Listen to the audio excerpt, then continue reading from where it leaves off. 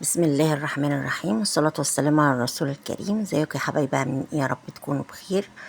النهارده هنعمل فيديو جديد، يوم كده في المطبخ زي بأي بيت. هنعمل فيه كل حاجة. بس لو كنت أول مرة تشوفيني يا ريت تدوسي على كلمة اشتراك، وتدوسي على كلمة زر الجرس، وتدوسي على كلمة الكل عشان يوصلك مني كل جديد، وتدوسي لايك على الفيديو. دلوقتي احنا هنعمل يعني في يوم كده في المطبخ. دخلت لقيت المطبخ فاضي خالص، ما فيهوش اي حاجة. لا حاجة ممكن تاكليها بعد الغدا، ممكن حاجة لما تجوعي تخشي تاكليها سريعة كده، ولا اي حاجة. فبدأت قلت املى البيت شوية كده. فقلت اعمل كيكة عادية خالص، بتاعت اللي هي بتاعت الشاي العادية. اي حد يبقى عايز بعد الظهر كده ياخد كوباية شاي وشاي بلبن، وتبقى عشاء، وياخد حتة كيكة بتبقى سريعة.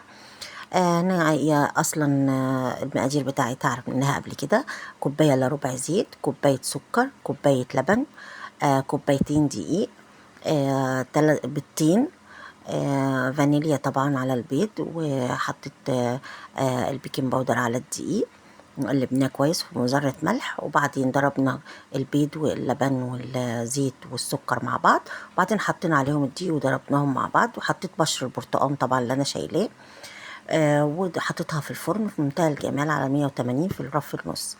هنا كنت كمان جايبة بدنجان من السوق، فقلت أعمله يعني بدنجان من الخل والثوم كده بسيط، حاجة كده تحط في التلاجة علبة، يحطوها جنب الأكل ياكلوها لوحدها. بتبقى حاجات يعني تملى البيت كويس شوية. بعدين بعد ما خلصت عملت الاكل، حطيت الكيكه في الفرن. عملت الاكل النهارده، لقيت عندي لوبيا، ولقيت عندي كل حاجاتها، وعندي شوربه من اللحمه الضاني اللي كانت عندي. انتوا عارفين انا بشيل الشوربه، كان فيها حتى حتتين لحمه يعني متشاله بيهم. فقلت اعمله النهارده كده ونعدي اليوم. فرحت عامله طبعا عملته بالليه، قطعت الليه، وبعدين حطيت شويه زيت بدل السمنه، لاني قررت ان انا ما اعملش بروابي او يعني اسفه يعني باي سمنه من اللي هي المهدرجه، او السمنه اللي هي الصناعي خالص النباتي. فقلت ان انا ابتدي اعمل بالليه، وحطيت شويه زيت. وبعد كده حطيت طبعا البصل اللي بينقذني، اللي هو اللي انا مفرزاه. حطيت حته بصل، وبعد كده اما البصل اتشوح حطيت عليه البصل الطماطم، وملح وفلفل اسمر وسكر، وسبتهم يتسبكوا. هنا قعدت قليت البدنجان اللي انا كنت مقطعه وحطاه عليه شويه ملح، وحطاه يتصفى ميته عشان ما يشربش زيت. ودي الكيكه خلصت اهي، طلعت من الفرن. بتطلع جميله جدا وهشه، وبتبقى ريحتها برتقال في منتهى الجمال. وقليت البتنجان اهو. وكانت الصلصه بتاعت اتسبكت بتاعت اللوبيا.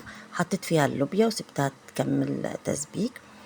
وهنا حطيت الباذنجان في الطبق، وحطيت عليه دقيق توم، ملح وفلفل اخضر مقطع، وعليهم شويه خل، وتحطيهم كده على الباذنجان من فوق.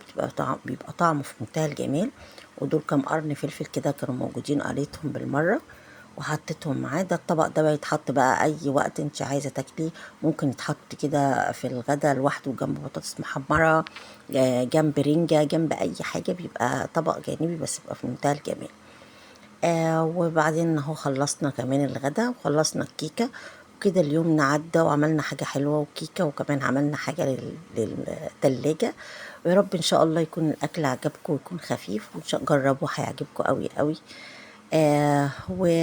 والسلام عليكم ورحمة الله وبركاته.